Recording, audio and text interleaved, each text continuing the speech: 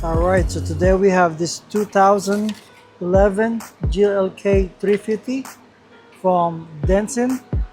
It's actually 2010 W207. They want us an ESL emulator.